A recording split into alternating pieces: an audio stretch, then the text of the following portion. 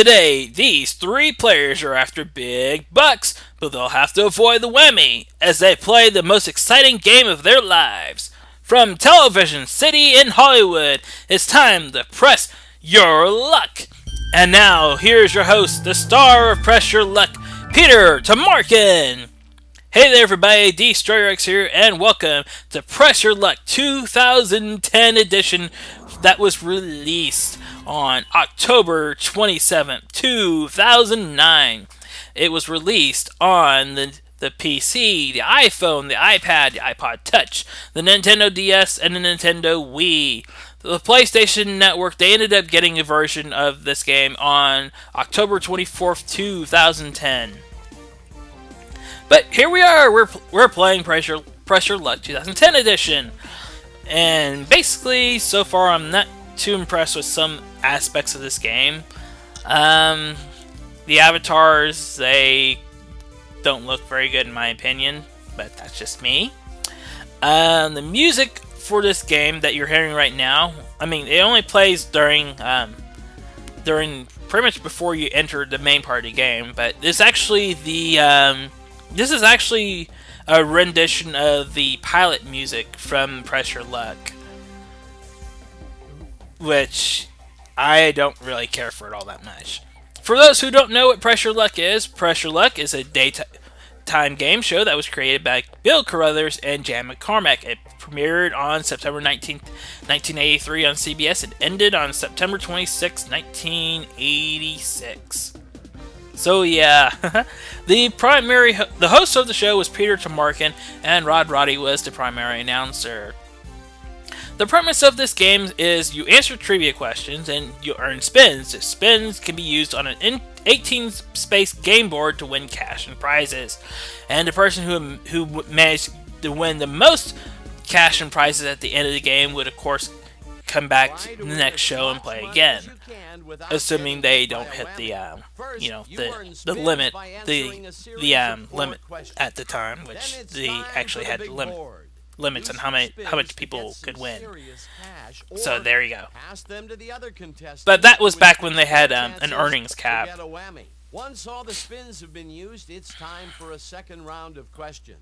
Back to the big board. Anyway, basically how this game works is that there are 4 rounds for the most part. It says there are 2, but you know, you can pretty much say there are 4. There's the first question round, the first big board round, the second question round, and then the second big board round. The second big board round will have higher cash values and and better prizes than the first big board round. So how does one earn spins to actually, you know, test their luck at the game board? Well, the question round, basically what happens is the host will read 4 trivia questions. And then what will happen is the first contestant, while the host is reading the question, the first contestant can buzz in and get an answer. And then what will happen is that the host will, of course, give 3 possible answers after the person buzzes in, if they buzz in. Whoever doesn't buzz in, they get to choose from those multiple choice questions. A correct buzz-in answer will earn 3 spins for the big board round, while multiple choice will earn 1 spin. So you can earn up to a total of 12 spins in the question round. So that's always fascinating. Now, one of the things I have noticed is, of course, the AI in this game. It's not exactly as developed as the AI in, let's say, Wheel of Fortune or the AI in Jeopardy. After all, the AI in Wheel of Fortune kicked my butt, but that was because I made a stupid mistake at the end of the game in Wheel of Fortune. But that's neither here nor there. If you wanted to check that out, you can check my Wheel of Fortune Let's Play that I did for the Nintendo Wii. So there you go. Let's hear your response. Let's hope it's good. These are the three So possible far, answers. so good. Player Though, two, your answer? I managed to win. Good I have answer. 6 spins right now. Let's hear your answer. Okay, this is your answer. The correct answer is 18. Now, obviously, I didn't know that answer because I've never read War and Peace, nor did I know exactly when it was, written. So, oh well. It's okay. Feta cheese is a product and popular ingredient in the cuisine of what country? Do you have an answer for us, player Anyway, one? Let's hope it's the good. game is actually As always, famous. we have The actual three game, possible the actual, answers. the Do you have an answer the actual for game us, that you see player on two? television is one of the Let's biggest hope it's highlights of good. that game was Let's hear your response. a person Okay, who this is described your himself answer. as an The right answer of is an unemployed Greece. ice cream truck driver. Nobody got any spins for His that name one. was Michael Lots of Larson, spins, and he lots of managed to fun. win a total Let's of go to the big $110,237 in cash and Let's prizes, bring out the big board simply drum. by Don't get noticing carried that away. the board We'll start had with player two, wasn't and completely player three random. will play last. Time It to actually had press your luck, preset player two. patterns that he Will you managed to pass it memorize, along and he or landed spin? on specific squares that he would and he managed to rack up all that cash and prizes and whatnot. It's your go, And he got to player keep the one. money. What will it be? But yeah. Spin or pass? Anyway, here at the big board round, obviously the cash for the first big board round, the cash values are pretty low. But what you want to do, of course, is try and in the first round you want to try and get as much money as possible, because strategy-wise you want to actually get to first. You want to actually end the round in first place, because the person who manages to win first place in this round will actually play last in the final big board round, which actually is a distinct advantage. Now, as you can see on the board, there are some cartoon-looking demon superhero things called whammies. If you land on a whammy, they will take away all of your cash and prizes up to that point. And if you land on a whammy 4 times, you're out of the game. So do your best not to land on a whammy. As you can see, there on the board there is a section that says earned and passed. Now, what you can do is obviously the earned spins that you earned in the question round. Now, you can also at any time you can actually take those spins, the earned spins, you can pass them to another player. And typically the way it works is if you pass spins, it goes to the player who has the most money on, assuming that you're not the player that has the largest amount of money at the time. And if both players have no money, then you can pass them to either player. Doesn't matter. If a person gets past spins, they have to play them. They don't have a choice. They have to play those spins. However, what will happen is if a player who has past spins, if they land on a whammy, then those past spins get converted to earned spins. So, and then they can pass them if they wanted to do so. Hurts the worst. Will you spin or pass? So yeah, that's not too bad. One of the things I don't like about the game, there's a few things. One of the things is that the AI is, relatively stupid. The other thing I don't like is that the game board doesn't look as, flashy as the game board from the actual game show. Another thing I don't like is because for example the big bucks square that you see on the game board, what it is supposed to do is that if you landed on big bucks, then you would actually go to the square that's parallel to the big buck square, and usually it's like something like $5,000 or $5,000 a spin or something like that. I don't remember. It varies for the most part. That's what's supposed to happen, but this game screws that up. Another thing that I don't like is the fact that the sound effects, they cut out after a while you're on the big board round. Let's hope it's good. So, The yeah, correct that answer kind of is sucks too. Mexico City. 3 spins for player 3. Let's Now, take a look one of the at things, the next well, question. another thing that can happen in the actual game show, which I never got to, I was not able to replicate in this game, but there are situations in which two players could actually whammy out. Player 1, what's your answer? And it, like, for example, let's say that guy on the left, he whammies out of the game, and the lady in the center, she whammies out of the game, and I don't whammy out of the game during the second big board round. If I have spins remaining, I could play against the house, and I can spin until I decide I wanted to stop, or until all my spins were gone. Of course, if I end up getting 4 whammies, then I would lose the game as well. So there you go. Player 2, let's hear your response. You gave this answer. But yeah, that's pretty much the way it works. I mean, yeah, I explained Pressure Luck pretty easily. Pressure Luck is actually based upon an earlier game that's called Second Chance. It actually ran on ABC from March 7th, 1977 to July 15th, 1977.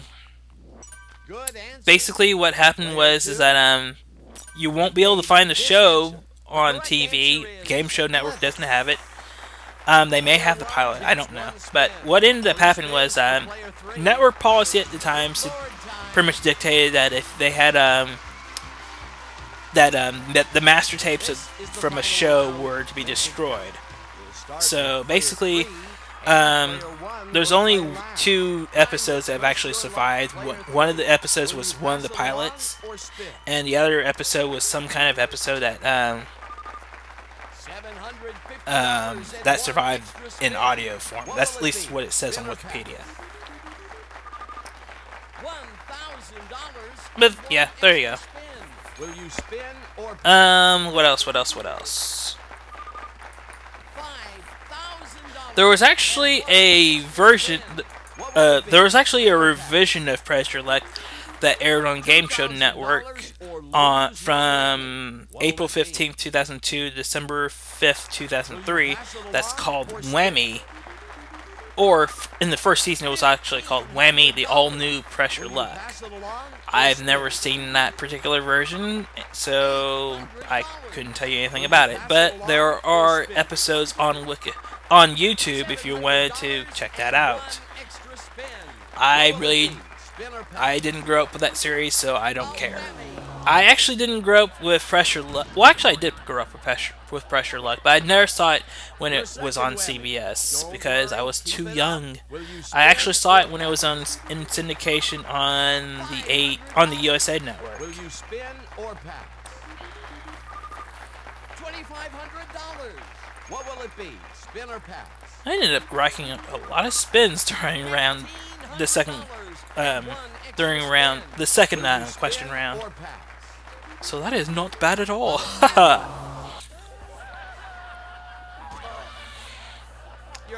The whammy animations in this game, they leave a lot to be desired, but the whammy spaces on the big board,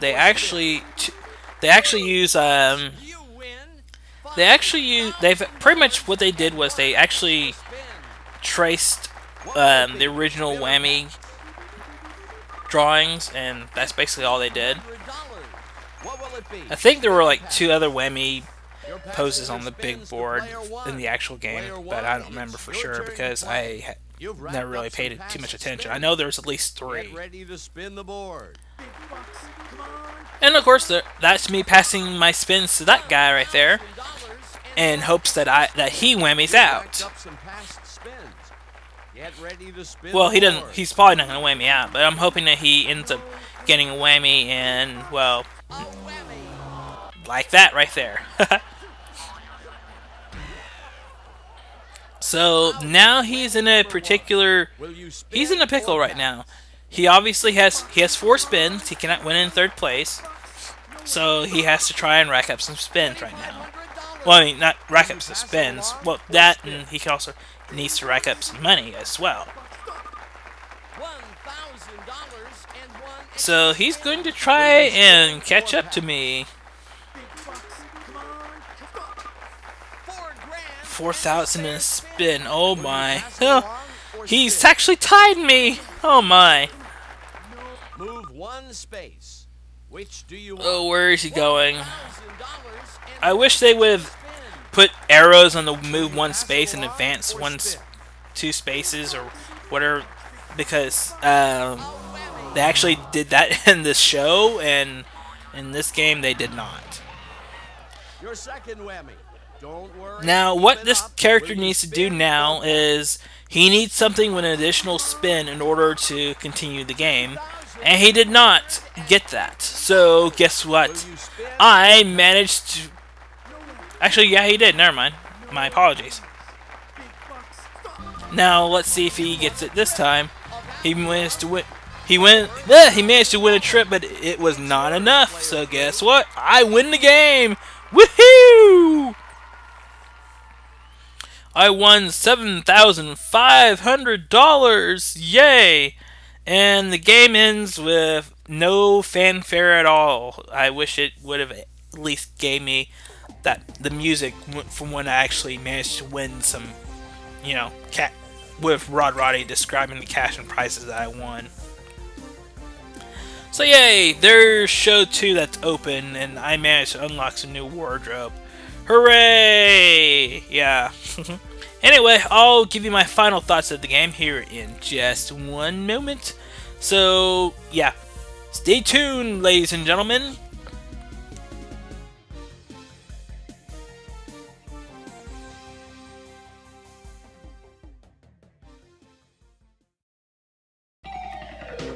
And with that, we have reached the end of the Let's Play. I know it was rather short, but I am not going to play the game 19 more times just so I can unlock some wardrobe.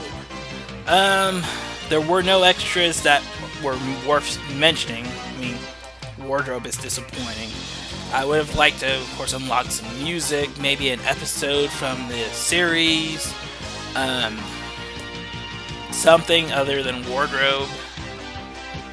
I mean, in all honesty, the game itself is rather disappointing compared to, let's say, the Facebook version of this game, which I've actually played the Facebook version of this game. It was actually, while it's not as memorable as the actual game show itself, it's still a much better representation of the game than the Wii version.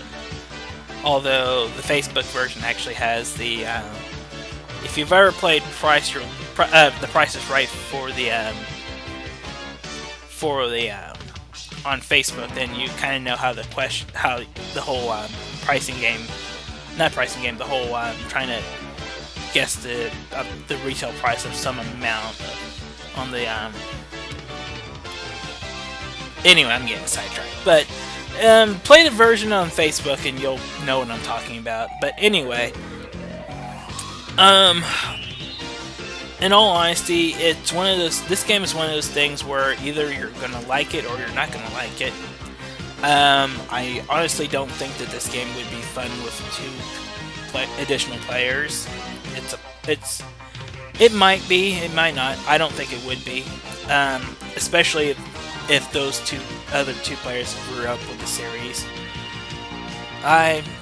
Well, for the most part, I did grow up with the series because I did watch it on USA Network, so I'm familiar with the series, and this game disappointed me quite a bit.